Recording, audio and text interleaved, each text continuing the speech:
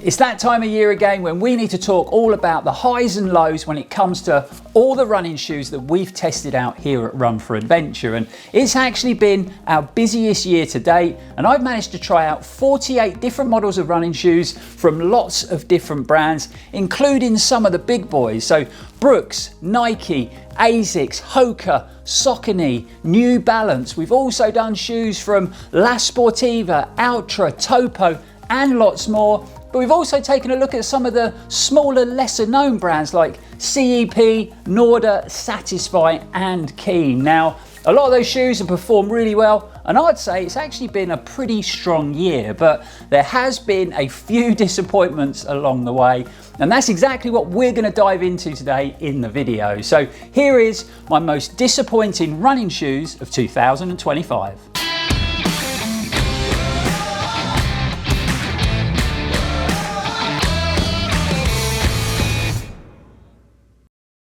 Good morning, good afternoon or good evening, depending on when you're watching this video. Thanks for tuning in again, it's really appreciated. I'm Lloyd Purvis and this is Run4Adventure. Now, if you follow the channel for any period of time, you'll know that we try and keep this a place of positivity because there is a lot of negativity going on in the world these days. And we try to bring you content that keeps you entertained and puts a big smile on your face. So today's topic is a little bit off track, and it's not going to be our usual upbeat content because we're going to be talking about all the running shoes that have kind of let me down. They haven't sort of lived up to the hype. Now obviously I know running shoe choice is a super personal thing, and what doesn't work for me might be the best pair of running shoes you've ever laced up and put on your feet. It is a super subjective topic, but we're going to dive in anyway, and let's start off with shoe number one. So I am going to start with the least disappointing first, and then we're going to build all the way up to my biggest letdown of 2025. And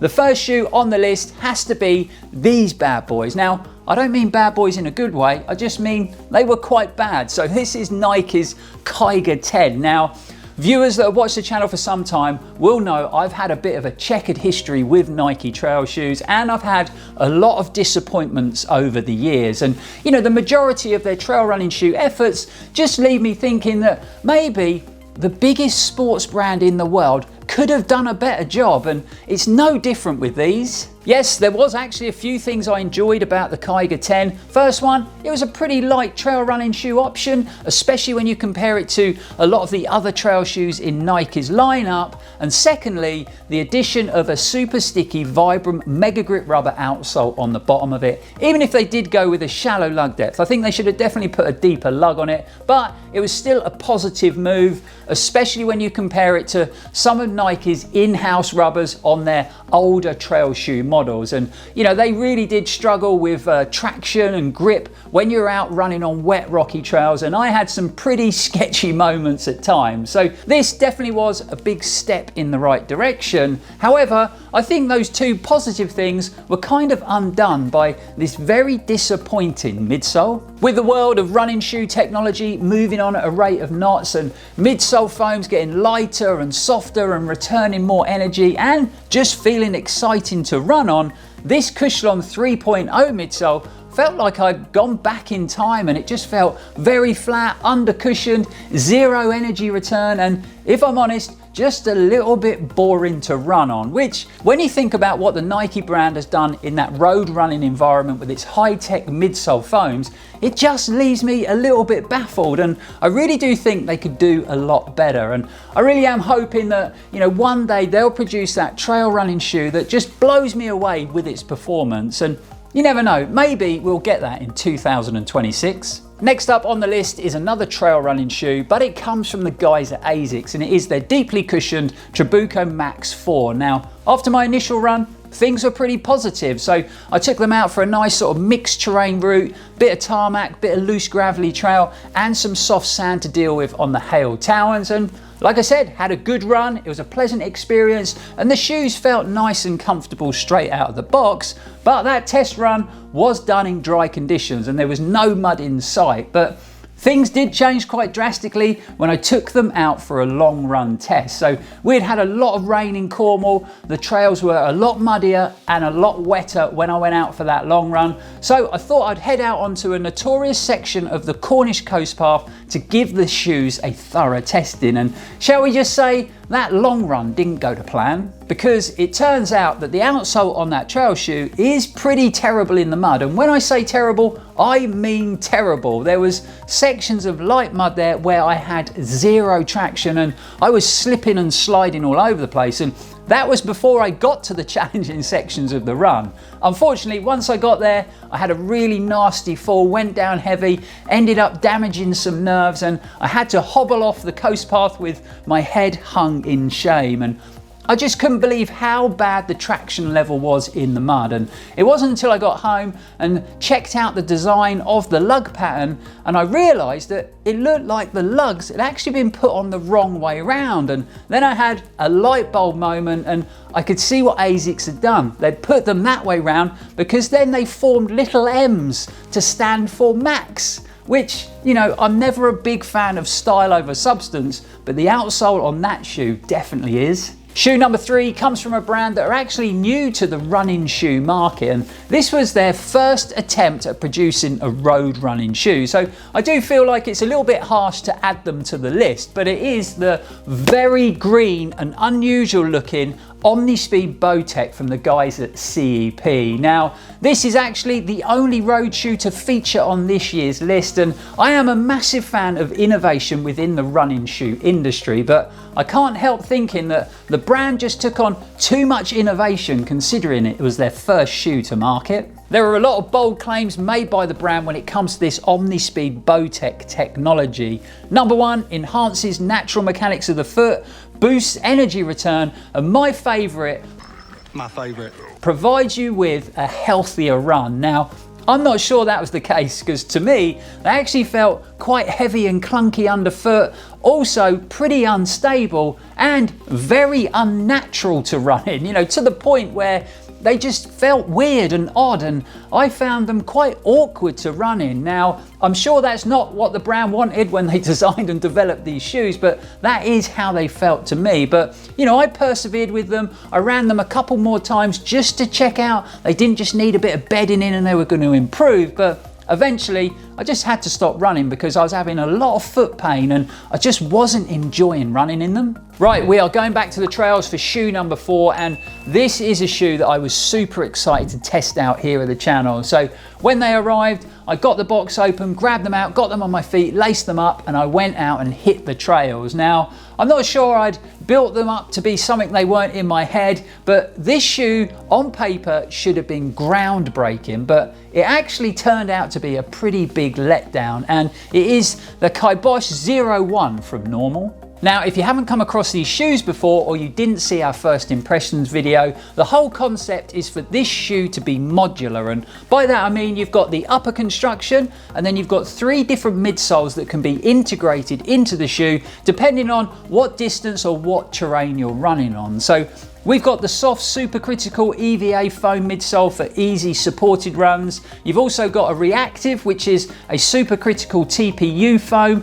which is a little bit firmer for those faster efforts on more technical terrain. And then last but not least, you've got the bounce midsole, which is deeply cushioned with higher levels of energy return for those longer efforts. And you see what I mean? It sounds great and I was so excited, but I just don't think the brand executed it quite right. Now, I'm under no illusions that this is a simple thing to pull off, and I really wouldn't have a clue where to start with developing a system like this. And I do take my hat off to Normal for giving it a good go, but it's actually something I would like to maybe circle back to in a couple of years if the Normal brand continue to develop the Kibosh system. But the issue started for me once I got the midsole inside this upper, because didn't seem to leave a lot of room for my feet to fit in. So it's very shallow and narrow in the toe box, but also very shallow at the midfoot. And that's coming from me, a runner with a pretty narrow, shallow foot shape. Every time I laced them up, I got about 3 or 4 miles into the run and my feet started to swell up and everything just felt pretty cramped and uncomfortable in that shallow and narrow toe box, to the point where by the time I got home after the run, all I wanted to do was get these shoes off my feet as quick as possible, and that's never a good thing when it comes to a pair of trail running shoes. Now, I do feel a little bit bad about adding these to the list because without doubt the Kaibosh 01 is super innovative and it really is pushing the boundaries of running shoe technology. But it was also one of the shoes I was most excited about testing in 2025, and it just didn't live up to expectations. And you know what they say about you should never meet your heroes? Well, I think that really is the case when it comes to testing these. Okay, so we've got 2 shoes left, and I'm sure a lot of you at home thinking which one has taken our top spot. So moving on to our next trail running shoe, and it is the very good looking Salomon S-Lab Ultra Glide. Now, to say these shoes were hyped when they were released would be a big understatement, and I was super excited to try them out ever since I saw them at the Expo at UTMB in 2024. Everybody was talking about this shoe. There was a real buzz in the air, and the Salomon design team had done a fantastic job because this is one good looking trail shoe. But you know what they say, you should never pick a running shoe on looks alone, and I think the S-Lab Ultra Glide is a perfect example of that because yes, this shoe looks super cool, but for me, the performance didn't really match up to the looks. Now, over the years, I've run in lots of trail running shoes that have come through Salomon's Performance S-Lab department, and in fact, some of those trail shoes have been my favorite running shoes of all time, and that was kind of the biggest problem with these for me, is it just didn't feel like an S-Lab product. If I'm honest, they did feel a little bit clunky, a bit unresponsive, and dare I say it, a little bit uncomfortable to run in. And I was initially really intrigued by this innovative new midsole design that Salomon had used on the new S-Lab Ultra Glides. And this is supposed to defuse pressure, which is supposed to help with fatigue over longer distances. But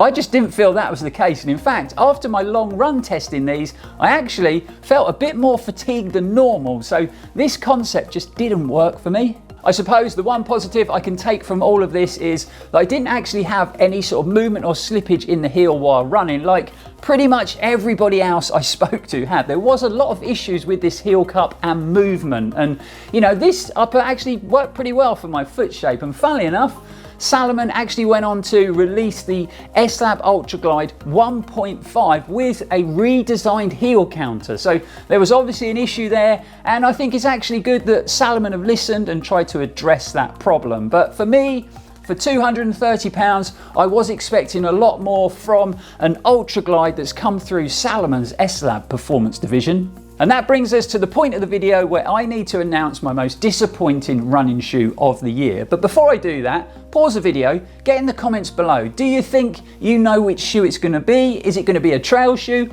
or a road shoe? It'd be really interesting to know your thoughts. But without further ado, my most disappointing running shoe of 2025 is the Rocker from Satisfy. So did you guess it right, folks? Did you get in the comments and get the right answer? So this was another running shoe this year that came with loads of hype, and it was the first attempt at a shoe by the high-end French running apparel brand Satisfy. And lots of people were talking about the shoe, and lots of people were excited about the release, including myself. So the day had come and the shoes arrived here at Run4Adventure HQ in this huge shoe box that was covered in lots of facts and figures about the Rocker, and I thought that was a real nice touch, and it really did kind of build the excitement. So I opened up the box, took a good look at the shoes, and I thought the Satisfy team had done a reasonable job. I think the shoes look pretty smart, although I will say they do look a little bit Norder-esque. But what I always like to do when a new shoe arrives is grab them out, put them on my feet and just try them on to check the sizing, especially when they've come from a brand that hasn't produced a running shoe before. And as soon as I pulled them on, I knew there was going to be a problem because they just didn't seem to sort of line up or fit my foot shape right. So the toe box felt very shallow and very narrow, but it also felt very shallow at the midfoot. And I'm not sure whether that was down to this asymmetric lacing system, but my feet just felt really cramped inside this upper. And that was literally just standing up in my living room. So I didn't hold much hope for the test run. But I didn't let this put me off because I've learned over the years, you never really know how a shoe's going to fit, feel and perform until you're out there running in them. So I laced them up, headed out the door and hit the trails. But unfortunately, things didn't improve, and in fact they got a fair bit worse. So as I continued through the run, obviously my feet expanded a bit and this upper just became very constricting and pretty uncomfortable, and it just didn't seem to work right for my foot shape. And now looking back at it, even though I did have enough length in the toe in a UK 9.5, I think maybe going up half a size to a UK 10 would have been a good idea, because it might have given me a little bit more width and a bit more depth at the midfoot, which would have probably helped with those fit issues I was having. But the problems didn't stop there with the Satisfy Rocker, because the first time I picked up a bit of loose gravelly trail, I was really struggling to get any traction in these trail shoes, and my feet were literally slipping from under me, and it was quite hard to maintain forward motion, and it felt like I was losing lots of energy. And I really do want to know who was responsible for coming up with this perfectly round lug design and why, because I think there's a reason why other running brands aren't using a round lug on their trail running shoes, and that's fundamentally because it doesn't really work. And it also makes me wonder why Vibram didn't mention anything at the time when they were working on this outsole, because they've been developing and testing and designing trail shoe rubber outsoles for years and years, and they've got a wealth of knowledge. And I would have thought they'd have said to Satisfy that maybe a perfectly round lug pattern isn't the best way to go on a trail running shoe. And we've got to remember that the Satisfy Rocker retails for a whopping £240 here in the UK, so I would definitely expect a lot more than that from a shoe at that kind of price point. I've got to be fair though, I did really enjoy this Euphoria S-Foam midsole. It's a nice blend of PEBA and EVA, felt well cushioned, and it really did feel like it was delivering high levels of energy return and felt pretty exciting to run on. But unfortunately, that was all let down by this very odd fitting upper that just didn't work very well for my foot shape, and an outsole that pretty much gave me zero traction. And on that note, there you have it folks, my most disappointing running shoes of 2025. Really hope you enjoyed it, really hope you found it interesting, but it'd be great to get your thoughts guys. So have you ran in any of these shoes? Were you left feeling a little bit let down, or were they actually some of the best shoes that you laced up this year? Let me know all about it in the comments below. But for now guys, thanks for watching. If you have enjoyed the video, don't forget to like, comment, share and subscribe. We'll be back very soon with some more positive running related content, and as always, stay safe and keep on running. Unfortunately, they did put quite a shallow lug on the shoe, which I'm not sure why they did that for, but this rubber outsole improvement was a big bring you content that's going to keep you entertained and put a big smile on your face. So today we have got a slightly different topic. It's not going to be that it turns out the outsole on that trail shoe is pretty terrible in the mud. And when I mean terrible, I actually mean terrible.